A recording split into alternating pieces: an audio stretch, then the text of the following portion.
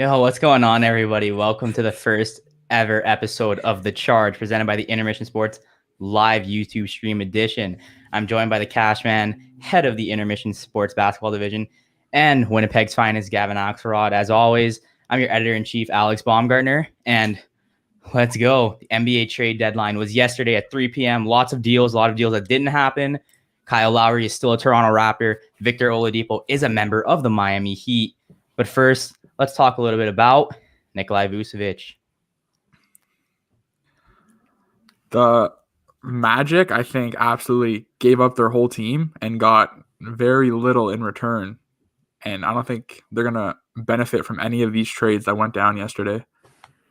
Yeah, I can see what I guess the Magic are a winner in a sense for committing to a direction, like they're blowing it up. But the Vucevic trade, I would say the Bulls are the early winners. I'm really looking forward to seeing Markkanen play alongside Vucevic and Zach LaVine getting some legit NBA talent. Feel kind of bad for the guys in Orlando, but at the end of the day, it's a business. Yeah, Go ahead. Yeah, go ahead. So, we're looking at the trade right now, though, but why was it? Oh, this is the Fournier trade. But that's Fournier. Speaking of the Magic in general, they just gave up everyone, and I think that I don't know. I kind of think they didn't get enough for the type of player Vucevic is. Like, I know Joseph said a couple times he's probably one of the 3 best centers in the NBA. No. Yeah, I would say he's top 3. I don't know. Yeah, I'm thinking. I guess I would go. He's 3 or 4 depending on where you place Cat. Okay, I was thinking, do you guys not consider Jokic a center? I do. I think he's a center. Jokic, Embiid, Gobert. Gobert. Okay, Gobert's up there. Yeah, maybe. I was trying to think about Gobert and then Cat. I can see why there's an argument for Cat, but I value a lot of team performance and the Timberwolves to the Magic. Yeah. Well, he's definitely top 5. We'll say that. Yeah, and he's an all-star. So whenever you can get an all-star caliber player for very little in return, you gotta take it. Did they get a first-round pick in that deal, or was it a second? I think it might have just been a second. Yeah, it was for the Vucevic or for the Vucevic. Yeah, for the Vucevic trade. It was Wendell Carter Jr., Otto Porter Jr., and 2 first-round picks. Okay. So they got picks back, but still, I mean, I feel like once again the Celtics said they were close on the deal. Why are the Boston Celtics always? The Celtics are always close, but they're always close, but they never pull it off. They can never pull it off. Man, the Celtics are like your friend, and they go to the bar and they're like, "Man, I was so close to I almost got her number, and then it just didn't work out every time. They're always so close, and they never capitalize on it. 100%. They really, I think that Fournier trade shows how little they valued him, and in the sense that he's actually a really good scorer, but he's not getting the respect he clearly deserves. And only 2 second-round picks. I don't know the cap situation in Utah, but the Jazz were adding shooters throughout the day. They got Matt Thomas later, but if they could have got Fournier for the same price the Celtics got him, why did the Jazz not take a run at getting Evan Fournier? Yeah, it doesn't really make sense to me. Let's look at Aaron Gordon now. I mean, that deal, it was Aaron Gordon to Denver for Gary Harris, RJ Hampton, and a first-round pick. Were the Celtics also close on that one? I'm not too sure. Probably. I know the Celtics were on his list where Aaron Gordon wanted to go and start a brand, but I'm pretty sure I read they said they had a final offer on the table for him, but it just never happened. It'll be interesting to see. Hampton's a good project, I think, for the Magic too. I'm keen to see how that plays out. But yeah, the Jokic to Gordon lobs are gonna be insane. I don't think Denver's Gordon's getting better good though.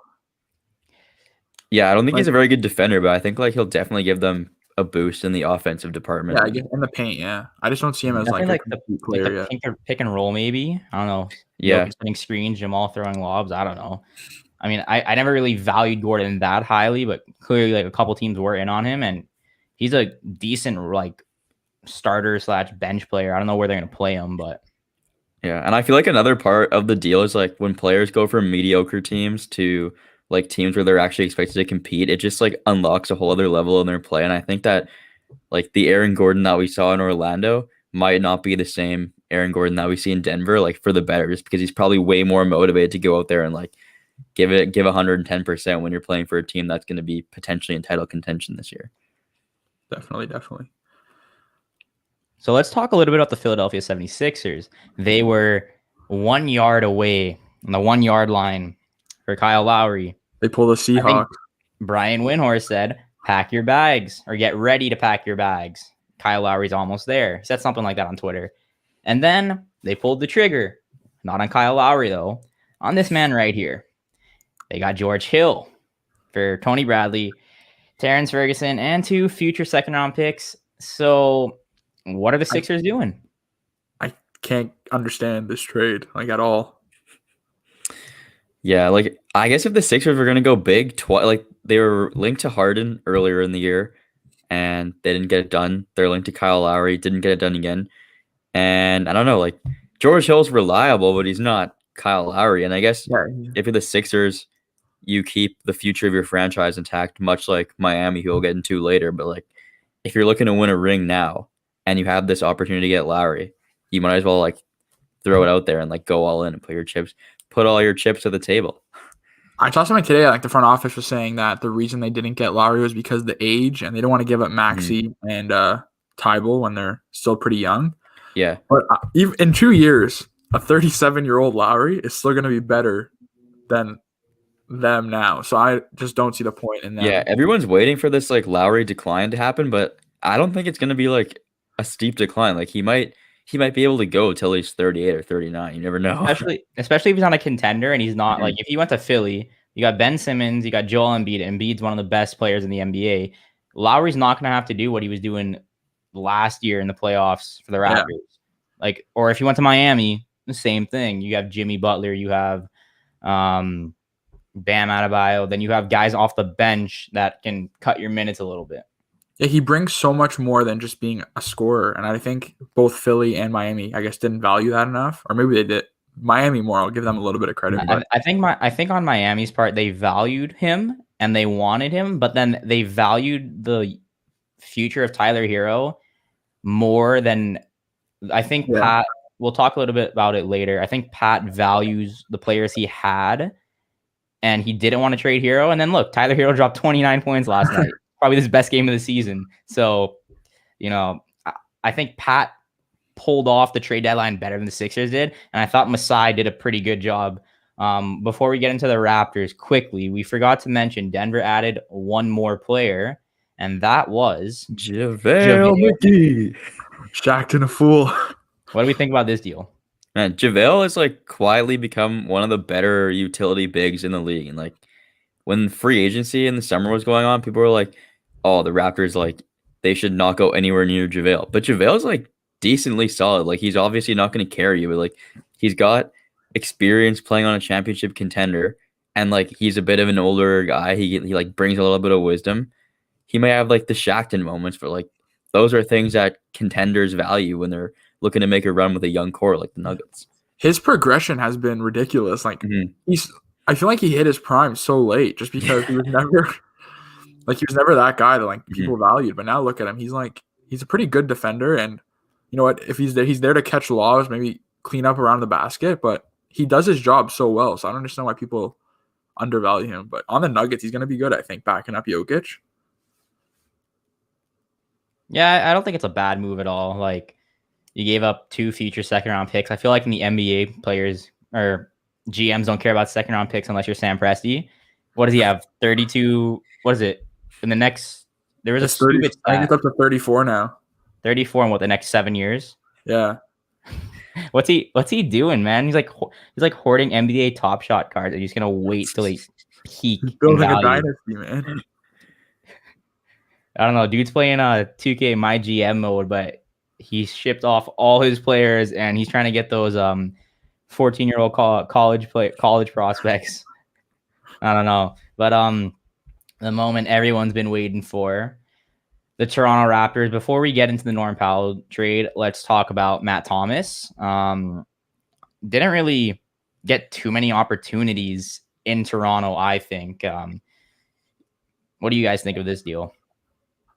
I love this deal, and also getting rid of Redacted, as Raptors Twitter calls them, just because they weren't playing and they were just sitting at the end of the bench. And you know what? If they can contribute elsewhere, might as well turn them into something instead of having guys just suiting up just to sit on the end of the bench. So 2 second-round picks, you know, does something. Plus, I guess there's some decent players on the buyout market who can probably come in and contribute. And Matt Thomas, like, the culture will miss him. You know, like all the memes about Matt Thomas, but like he had some not bad moments. But the fall of Redacted in Toronto is just like, it's kind of crazy. Like I understand like why he has to go, and I'm glad that he's gone. But like when you look at the way people viewed him last year before everything happened, it's just like, who would have thought this is like where we are like a year later? It's just, He was on the all rookie second Yeah. team, right? Yeah. yeah. So, but yeah, I'm glad he's gone. And like when I was watching him this year, like I think he has a really low basketball IQ personally. Like he just makes really poor decisions on the court and off the court, obviously. So like I'm glad like the second round pick will be more useful to the Raptors than Redacted. 100%. All right, now let's move on to the big trade. Probably, I'd say the second biggest, third biggest trade of the deadline. Our man, playoff Norm, Osmo's Norm, who's into the Osmo commercials. Playoff Osmo's Powell. Norm. So Norm Powell was traded to the Portland Trail Blazers for Gary Trent Jr. and Rodney Hood. Not a bad return at all. What do you guys think? Obviously, we love Norm, but he was going to demand more money than the Raptors were willing to give him next season because he was going to opt out of that player option. So how's this deal? I love this move personally.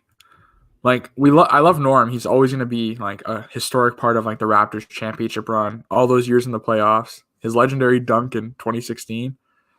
But in my opinion, a lot of people might not agree with me. I think Gary Trent Jr. has a higher ceiling than Norm does. Or I think Norm's hit his ceiling at this point.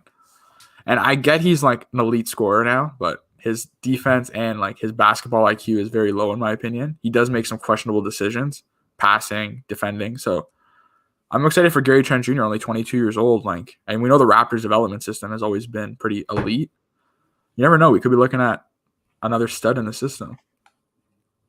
Yeah, my initial thought to this deal is like, I'm glad one Toronto franchise isn't afraid to move a player instead of committing like a ton of cap to three players. But like I agree with Joseph. I love the return. Like Gary Trent like is playing really well, and I agree. He's a bit of a better defender than Powell, and like 22 years old, still probably a lot of untapped potential. Rodney Hood as well, pretty good glue guy who can get you 10 or more off the bench if need be. And like before he had his injury, he was playing really well. So I'm cool with it. Like obviously we'll miss Norman. Like it's tough to see him go, but the return is good.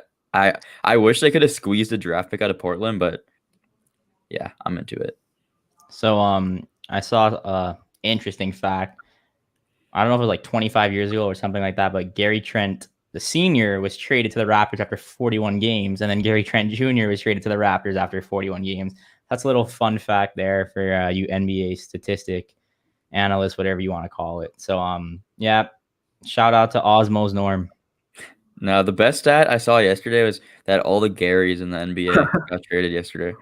Yeah, every single Gary was traded. Now the Raptors need to sign. Bad day to be Gary. We need Gary Payton in the second in the NBA now. Yeah. All right, let's get into the Miami Heat deals. So the first deal happened maybe like 2 hours before the deadline.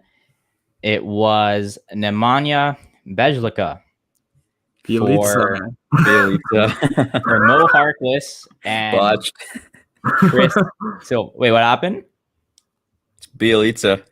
Well, it's not Belgica. No. Well, that's his new nickname. From every time I talk about him, he's Belgica now. So they traded for him. They gave up Mo Harkless, who didn't pan out at all this year in Miami. I think he played like 20 minutes. Harkless? When he signed that deal, I was like, how could you be so Harkless? But yeah, and Chris Silva, he was a promising young prospect. He always put in the work, but there just wasn't a spot on this team for him. Happy he can go to Sacramento and develop. But yeah, Miami traded Kelly Olynyk in a deal we're going to talk about next. They don't replace Kelly O. You can't replace Kelly Bird, but you know, Nemanja can shoot, he can defend, and I like his name. What do you guys think of this? I really like him. He's an underrated Euro player in the NBA, definitely. I think he brings a lot to the table. I think he does replace Olynyk. I'm not a big fan of Olynyk, but not a lot of Heat fans were. Bielitsa brings a lot to the table that I feel like people don't realize, and Belgica. He's going to be a good 7th or 8th man in that rotation. Yeah, I agree. And that's like a good depth guy for the playoffs who has like experience elsewhere. That'll probably help Miami in the postseason too. Yeah, I like the deal. You gave up guys that weren't playing for a guy that can play. Harkless never played. Silva just wasn't getting in the rotation last year or this year. Didn't have to give up any active roster players that were actually contributing. So I love that deal. Now, the deal that happened at like 3:06 p.m. when I saw it live, I'm like, all right, Lowry's definitely not happening. But damn, they got Victor Oladipo. And guess who they got him for? Kelly Bird, Avery Bradley, and a draft swap. So Avery Bradley, unfortunately, with COVID protocols and injuries, he's probably played like 6-7 games for the Heat this year. He wasn't on the team. Like, he was on the team, but he wasn't actually playing. Kelly Olynyk, tough, but you got my new favorite guy, Belgica. So I can't believe they got him for this cheap. Before we get into what this means for the Heat, do what it means for Houston. Can we just trash Houston a little bit? Yeah. Come on, let's explain God. exactly what Houston did. So James Harden was a Houston Rocket this season. He was traded to the Brooklyn Nets. In return, they got a bunch of draft picks and then pick swaps. But Brooklyn they also got Karis LeVert. Very clear. Brooklyn draft pick. They got rid of Karis LeVert, and they didn't want to keep Jared Allen. Yeah. Oh, so man. Pray they for got rid of Christian Karis LeVert. They didn't want Jared Allen. They got Victor Oladipo. Nice. He played 20 games. I think they lost all of them. I think they lost every single one of those. Quickly, shout out to Andrew Yang, head of graphics of the Intermission, for making this cool graphic that you can see right here. But yeah, Houston has Kelly Olynyk and Avery Bradley and a pick swap and a bunch of late first-round picks from the Brooklyn Nets to show for James Harden. James Harden turned into like nothing, man. This is ridiculous. Yeah, it just into Kelly Olynyk. It's like a water in the desert. Like everything just evaporated on Houston. They got so little to show for trading a perennial all-star and like potential even MVP candidate, which is just like, what is going on in Houston? Any slander their front office gets for the rest of their It's warranted. What's going on? They need to hear it. What is going on in the city of Houston? Because there's been 2 Miami GMs who's fleeced both professional teams, and that's 2 of the 3 professional teams in that city over the last, year? So, quickly, on the NFL front, Laramie Tunsil was traded to the Houston Texans for 2 first-round picks and a second-round pick. Houston sucked last year. That first-round pick became the 3rd overall pick. The second-round pick was a 36th overall pick. Then Miami flipped those picks today to San Francisco for the 12th pick, and then 2 future first-round picks, and then flip that, their own first-round pick, for the 6th pick. So basically, Laramie Tunsil smoking a bong on draft night, or a video leaking on draft night. That was wild. Got 4 first-round picks, and Houston is in shambles, and the Deshaun Watson stuff's going on. What is going on in Houston? Houston sports just aren't panning out. Oh, and the Astros cheated. A problem. Yeah, Don't forget and the Astros cheated. Yep. Get rid of all their sports teams. It's done. Yeah, they don't need it. Send them all to Quebec City. I think they do. The Rockets will not be good for at least the next 10 seasons. Yeah, unless they like have a miraculous like free agent signing or draft pick that turns out to be a franchise like game changer. There's no way we're hearing anything about the Rockets. Wood? Can we get Christian Wood out of there, please? Yeah, but Christian Wood needs out next. Send him to Toronto or something. I don't know. The Raptors could have just signed him. Yeah, and they didn't. That sucks. But let's talk about the Heat now. So they got Victor Oladipo. Clearly, Victor Oladipo has been wanting to play on the Miami Heat for years, at least the last 2-3 years. Basically, reports came out right when he got traded to Houston. I'm not re-signing in Houston. I want to be in Miami. And then he got hurt, and he wasn't playing that good. And Miami, the trade value tanked. At one point, it could have been Tyler Hero. Then it became Kendrick Nunn. Then it became Kelly Olynyk. And what happened on the trade deadline was they wanted Duncan Robinson. Pat Riley, one of the best executives in the history of the NBA, was like, they're bluffing because I can just sign him in free agency. You're not getting Duncan Robinson. So, right at 3, or whenever it was, they put it in. And they got Avery Bradley and Kelly Olynyk for if he can come back healthy, the Heat are going to be scary because they might be signing LaMarcus Aldridge too. And then you got a really deep rotation where Kendrick Nunn, who dropped 22 points last night, isn't even one of the 4 best guards on that team. Yeah, one thing I appreciate about Pat is like when you look at the 2 teams that were in the Kyle Lowry sweepstakes, I prefer Miami's core of guys way more over what they have going on in Philadelphia. And like, shout out to Pat Riley for like sticking to his guns and betting on the core that he has now instead of like getting rid of Hero, getting rid of Robinson, losing a few draft picks to get Lowry. And like, it's just one of those times where I think in the long run for the Heat, like betting on their core will pay off more than making the big move in at the trade deadline. And Oladipo is like an all-star talent when he's healthy, so hopefully he can get back there.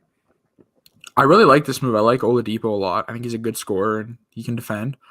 I just don't think it makes them like a chance. Like they're not title. They're still the same they were before the deadline, in my opinion. Ooh, really? Like, Now they got a guard that can defend. I don't value Oladipo enough to like impact the game that much because clearly, as soon as things go wrong, he's not the guy to have on the court. And I just don't like. He's good. He makes them better, but not. It's not like marginally better. Like, yeah, it's like I think you put Lowry on that. Like, I know it's like, well, yeah, biased, we like it's not biased. We know Lowry would have instantly made the Miami Heat a lot better of a team, and they wanted Lowry, but yeah, no, 100%, Masai and Pat, the 2 best executives in the NBA, were button heads. Neither of them flinched. None of them flinched, and now Kyle Lowry's still in the Raptors. The Heat got their second preferred player. They probably could have got both, to be honest. If they got Lowry, they still would have had everyone they needed to get Victor Oladipo. Yeah, like don't get me wrong, it's a good deal. Like it makes the rotation better. It's just I just don't see it pushing them past the Nets or the Lakers, where I think Lowry would have done that. That would be crazy, honestly, if Miami was able to get Lowry and Oladipo. That'd be a really interesting timeline to like fantasize about if you're a Heat fan. Kyle Lowry, our guy. MVP Kyle. The Raptors are 1 for 2 on he stays. Yeah. Well, there's a couple that we kind of missed out on, but Kyle Lowry's still here. And it was sad the night we thought he played his last game. After Drake called him in the press conference, I'm like, no, there's no way he stays. When he gave that piece out as he walked through the tunnel. When he looked at the camera. But he's here still. He's still a Toronto Raptor for the rest of the season. What do you think if he walks in free agency, which is very possible considering I think the Raptors are in a retool, not a rebuild, a retool. If he walks, what do you think? Oh man, I feel like if he walks, people will be pissed, not at Lowry, they'll be mad at the front office because it'll come like we'll have to revisit why didn't the Raptors get anything for Kyle Lowry, but I'm like pretty confident he's going to resign because I feel like I don't know. If the Raptors can like I think he's going to resign just because like if you look at his legacy, it's important for him probably as a player to be like, well, I earned my ring in Toronto. I didn't go chase it somewhere else. I've built this whole entire brand for myself. Like I've had this storied career in Toronto. Like why not ride it out here? If the Raptors can retool, like you said, they can probably be a championship contender again. So I'm confident Lowry will stay. I don't see him walking, but you never know. You have to also say though, like I think Masai valuing Lowry this much definitely benefits them in the future because I think Lowry's going to see how much they care about him now, and it's going to make him want to stay that much more. And you can even argue Kyle Lowry never becomes the Kyle Lowry we all love if he never came to Toronto because he was never getting utilized properly until he came here, and it's an exciting time. But I think he's staying in Toronto. Toronto's such a big market for sports. It's where the most of the besides the NHL, it's where the major teams play in Canada, and the Raps never won anything, and they were going through tough times. Like they got Primo Pasta, they had Jose Calderon. Man, you gotta put some respect on Jose's name though. Yeah, I'll give Jose his respect. Yeah. They had decent teams that couldn't do enough, and then they finally got the chemistry with DeRozan and Lowry, but they kept running into LeBron. And the problem was you couldn't get over the hump. And then you got Kawhi Leonard. LeBron goes to the West.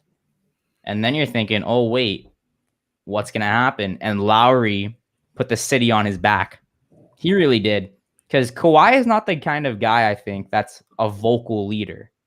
He shows on the court. That's how he leads. Where Lowry's going to lead the locker room. Kawhi's the court guy. Lowry's the locker room guy. And I don't think there's a locker room guy in LA for the Clippers. And I think that's why they have so many problems internally, because reports are coming out saying players weren't happy that Kawhi got special treatment and that he got to fly his helicopter to the airport and stuff like that. But Kyle Lowry, he's truly Toronto's captain. Not just the Raptors, Toronto. I agree. He kind of reminds me, like, in baseball, you have, like, Derek Jeter was, like, the Yankees captain, and, like, obviously they have different, like, career accolades, but it's just, like, one of those rare athletes who, like, is embraced by the city and who will probably stay there and, like, go down in history. Is, like, when you think of the Toronto Raptors, the first guy that comes to your mind, depending on, like, obviously depending what generation you're from, but it'll probably be Kyle Lowry. Yeah, he's been that guy, and, like, he's going to go down in history as the greatest Raptor of all time. So I don't see him walking away from that. If he does, though, I'm going to, like, if he does walk away, just no anywhere but the Clippers. I know they could use him the most, but, like, I can't, it won't sit right with me. I won't be able to look at the NBA the same if he's a LA Clipper. That would be crazy if the Clippers ran it back with the Raptors core. Oh, that would hurt. I'd be mad if he went to the Clippers. I wouldn't be mad if he went to. I don't like the Lakers that much, but if he went to go get a ring, and he went back to Philly or Miami or one of those 2-3, I wouldn't be mad. Why don't the Raptors just get Lowry back? DeRozan's a free agent. Run it back, man. Get the you think they can, if they get those two, and then actually, they'd be pretty good. No, they need a center. The first priority for the Raptors this offseason has to be, like, getting a capable center who, like, can actually win you some games. Like, I think they can draft a center. Yeah, but if the Raptors are in a position where they're gonna fade for Cade, like, I would prefer, if the Raptors are looking at making a championship, like, run with Lowry still on the team, if they have, like, a top 3 pick, seeing what they could get for that draft pick. Because like, I agree. You draft a guy, you know, he might be NBA ready, he might not be, but if you can trade the pick, get some good assets to really get you started for a run, I'm cool with that too. LA gave up all their assets. They gave up all their young players. They won the chip. They're probably the favorite, at least in the West this year. So it's possible. They had good asset. They're the favorite if AD gets healthy. And LeBron too. Like, if LeBron comes back healthy or gets injured again. The West is interesting. Mm-hmm. Yeah, that AD injury must be way more serious than they're making it sound, because they're really, like, saying it's not that serious, but he's been out almost like 4 months now. And without him, it shows that they're not a contender. I'm sorry, but I love you, LeBron, but you're not. Well, you could see in the finals, Miami, injured Miami team took the 6 games. I think the reason they won, obviously LeBron was playing really well. Yeah. But no one could guard Anthony Davis because Bam was healthy for 1 or 2 games in that series. It couldn't do anything against actual healthy AD. That's why he's the best big in the NBA. Yeah, that's why the Heat need to get a bigger guy if they want to try and, like, a center, if they want to stop AD. You have to build. If you're building your team, you have to build to stop AD and LeBron. AD is huge for that team. But for Miami to match up with them, is Aldridge really the answer? I think he's a help. I think Eric Spoelstra can run his system the right way, then you might be able to, because the team's better this year than it was last year. It's 100%. They're a lot better this year than last year. Some of the guys that weren't playing this year, you move them for guys that can help. I agree Oladipo doesn't put him over the edge. I agree that Bjelica doesn't put him over the edge, but they make them better. And LaMarcus Aldridge would also make them a better team. And then they still have one more roster spot after. So, and then you have Brooklyn, who has their super team. So I don't think the Lakers, I don't know, if they're not healthy, then even Denver could knock them off. Denver made a bunch of moves. Yeah, I was going to say, if it's not the Lakers going to the NBA Finals out of the West, I'm taking the Nuggets. I take the Nuggets over the Clippers, 100%. I take the Nuggets over the Clippers and over the Jazz. What about you, Gavin? Okay, I was going to say, is, like, just to stick on the Lakers quickly, it's like, I feel like my philosophy with a team like the Lakers, where you're probably not gonna find a guy who can stop AD, is like, who do you get on your team that can slow down AD at least? Like, nobody. I don't think the only team I could see like shutting down AD is probably the Jazz or the Nuggets. But like, if you're any of these fringe contenders, who do you get that can slow these guys down? And like, I want the Jazz so badly to come out of the West and like be a good team, but like they always find a way to like they have a good thing going and they always find a way to mess it up. And if this year is going to be the year, it's going to be awesome. And I would love to see the Jazz come out of the West, but like I don't know. I can never bet against LeBron because I feel like LeBron just always like unlocks something inside of him where he just like takes over. He has a third gear once those playoffs start. Yeah, it's like like LeBron is so good in the regular season, but it's like he somehow finds a way to get even better in the playoffs. Yeah. I'd still watch out for Miami. I just realized I forgot they added Trevor Ariza for him. So yeah, I don't know. It's gonna be really fun to watch the playoffs. I think the West is gonna be more competitive this year than last year. I think the East Finals is gonna be a lot better this year than it was last year too. Before we wrap up this show, any last words? If the Raptors stay healthy, you don't want to face them in the first round. That's all I'm gonna say. Yeah, the Raptors could be one of those teams that like scores an upset. I don't know. I just feel like they play with such a chip on their shoulder that if they go into the playoffs hearing about, oh, the Raptors, like they're not the same Raptors team they used to be, they could probably do some damage and like ruin the playoffs for a knock off the Nets in the first round. That would be insane. Watch them get the 7th seed, knock off the Bucks again. Oh, I would love that. Toronto owns Milwaukee. A lot of people own Milwaukee. All right. This is the first ever episode live of The Charge presented by the Intermission Sports. Once again, huge thanks to Gavin and Cashman for joining us. I'm Alex. We'll do this again, maybe for the NFL when the draft comes around, maybe for the NBA playoffs. But thanks for watching and make sure you subscribe.